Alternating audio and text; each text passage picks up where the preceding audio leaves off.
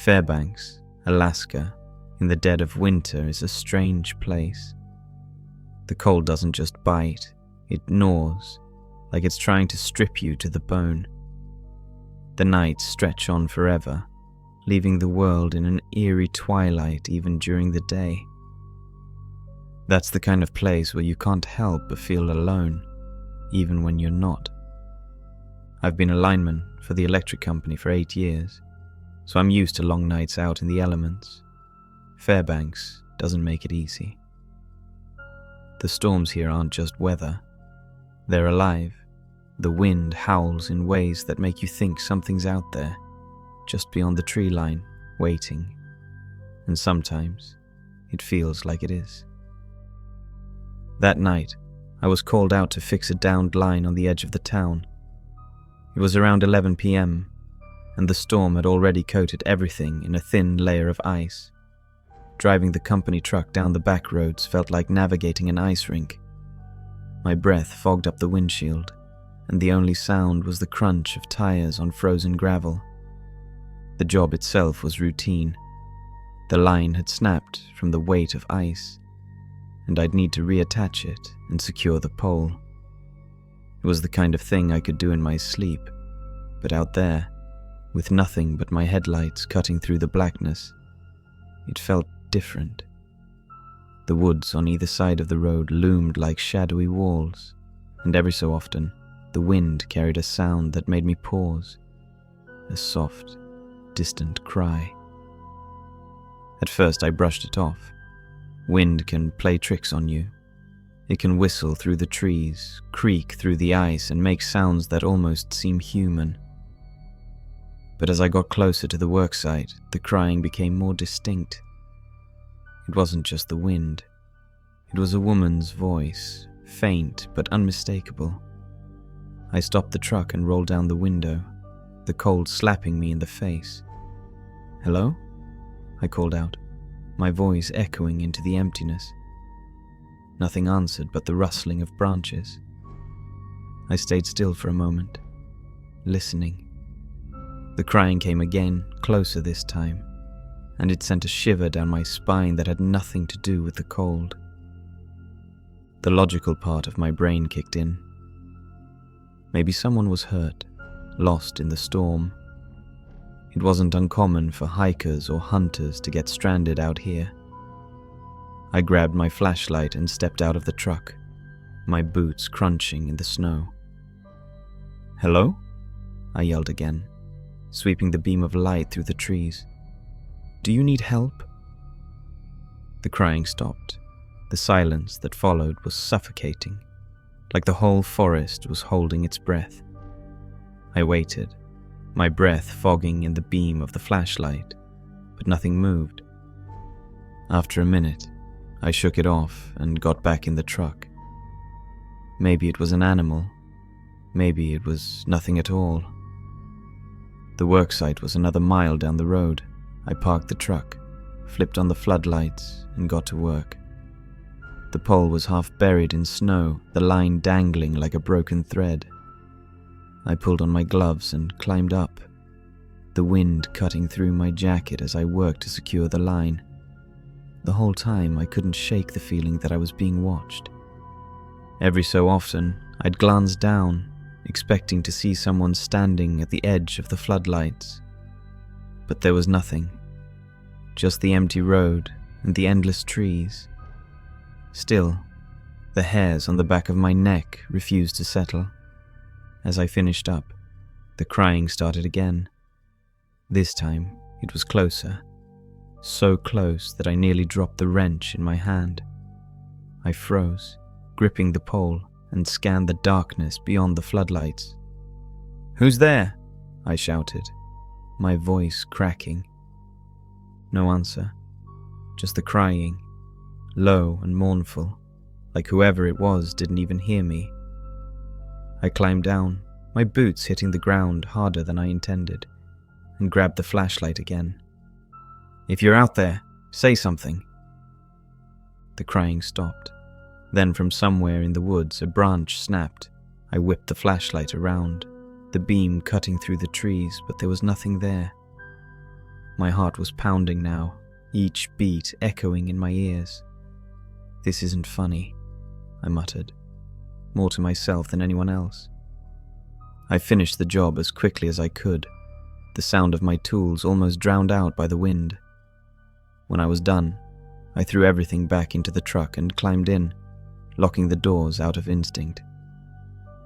As I pulled back onto the road, the headlights caught something in the trees, a flash of movement, too quick to make out. I slammed on the brakes, but when I looked again, it was gone. The drive back to town felt longer than it should have. The crying had stopped, but the silence was almost worse. It clung to me, heavy and oppressive, and I couldn't shake the feeling that I wasn't alone. I kept checking the mirrors, half expecting to see someone sitting in the back seat. But there was nothing, just the empty road and the reflection of my own pale face. When I got home, the warmth of the apartment didn't help. The silence followed me inside, settling in the corners of the room like a shadow. I turned on the TV, not because I wanted to watch anything, but because I couldn't stand the quiet. The voices on the screen were a weak comfort, barely drowning out the sound of my own thoughts. I went to bed, but sleep didn't come easy. Every time I closed my eyes, I heard the crying again, faint and distant. I told myself it was just my imagination, that the storm had gotten under my skin. But deep down, I knew better. The next day, I reported the job to the company and mentioned the crying. They brushed it off, saying it was probably just an animal or the wind. I wanted to believe them, but something about it didn't sit right. Animals don't cry like that, and the wind doesn't follow you home. Over the next week, things got worse. Every night the crying returned, closer and louder. I started waking up at odd hours, my heart racing, convinced I wasn't alone. Once, I found the front door unlocked, even though I was sure I had locked it before bed. Another time I woke up to find the living room window open, snow blowing in across the floor. I called the police, but they found nothing. No signs of forced entry, no footprints in the snow outside. They suggested I might be sleepwalking, but I've never done that in my life. Whatever was happening, it wasn't me. One night, the crying didn't come. Instead, I woke up to a different sound, a soft, rhythmic tapping. It was coming from the bedroom window. I sat up, my pulse pounding in my ears, and stared at the curtain.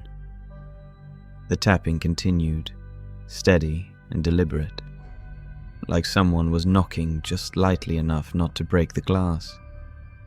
I didn't want to look. Every instinct in my body screamed at me to stay in bed, to pull the blanket over my head like a scared kid.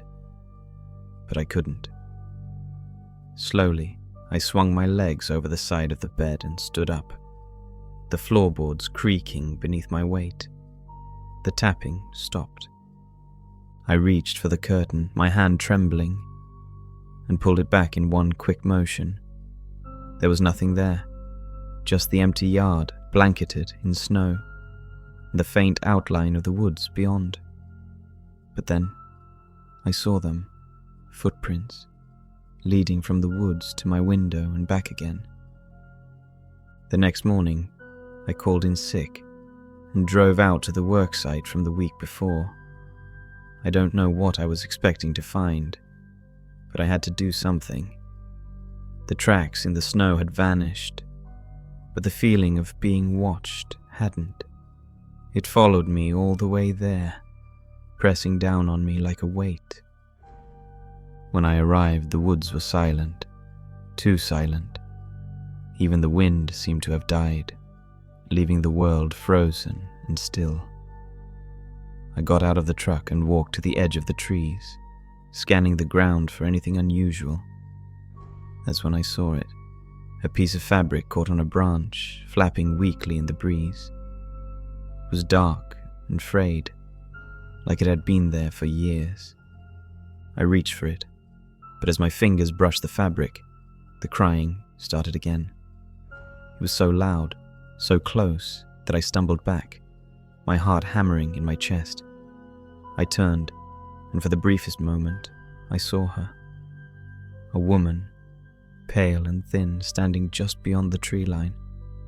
Her eyes met mine, and then she was gone, swallowed by the shadows. I stood there for what felt like hours, staring at the spot where she'd been. My legs felt frozen in place, my breath coming in shallow gasps. It wasn't until the wind picked up again, stinging my face, that I forced myself to move. I climbed back into the truck, hands shaking as I gripped the wheel and drove back to town. That night, I didn't sleep, of course. Every sound, the creak of the floorboards, the hum of the heater, even the rustle of my own sheets, felt amplified, like the whole house was alive. I kept the lights on, the TV blaring in the background, but it didn't help. I could still feel her eyes, watching me from the darkness.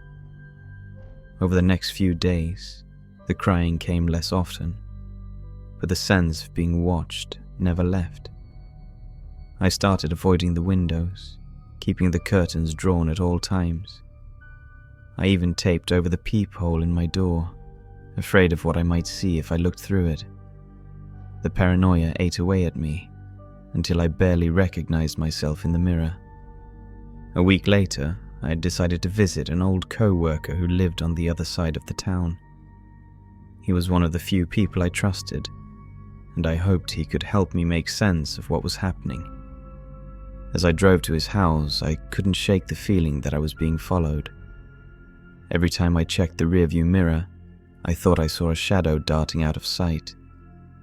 When I arrived, I told him everything. He listened quietly, his expression growing more serious with every word. When I finished, he didn't laugh or tell me I was crazy. Instead, he leaned forward and whispered, "You need to leave. Whatever it is, it's not going to stop until you do." I wanted to argue, but deep down I knew he was right. That night, I packed a bag and left Fairbanks. I didn't tell anyone where I was going, not even my family. As I climbed into my car, something caught my eye on the driver's seat. A folded piece of paper sat there, its edges damp and wrinkled. My hands trembled as I picked it up and unfolded it. The words were scrawled in uneven, jagged handwriting. "It doesn't matter how far you run, I'll always be here, waiting."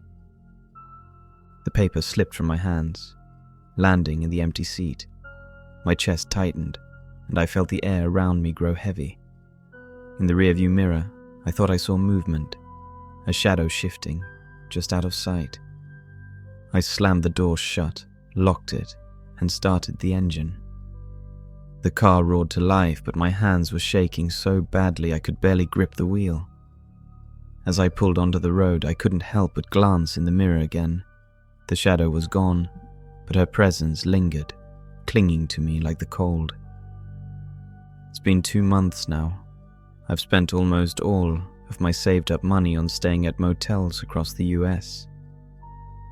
The crying has stopped, but I still feel her presence sometimes, watching me from the shadows. I don't think she'll ever really leave, and I don't know why she clung to me or who she is. Fairbanks is a strange place.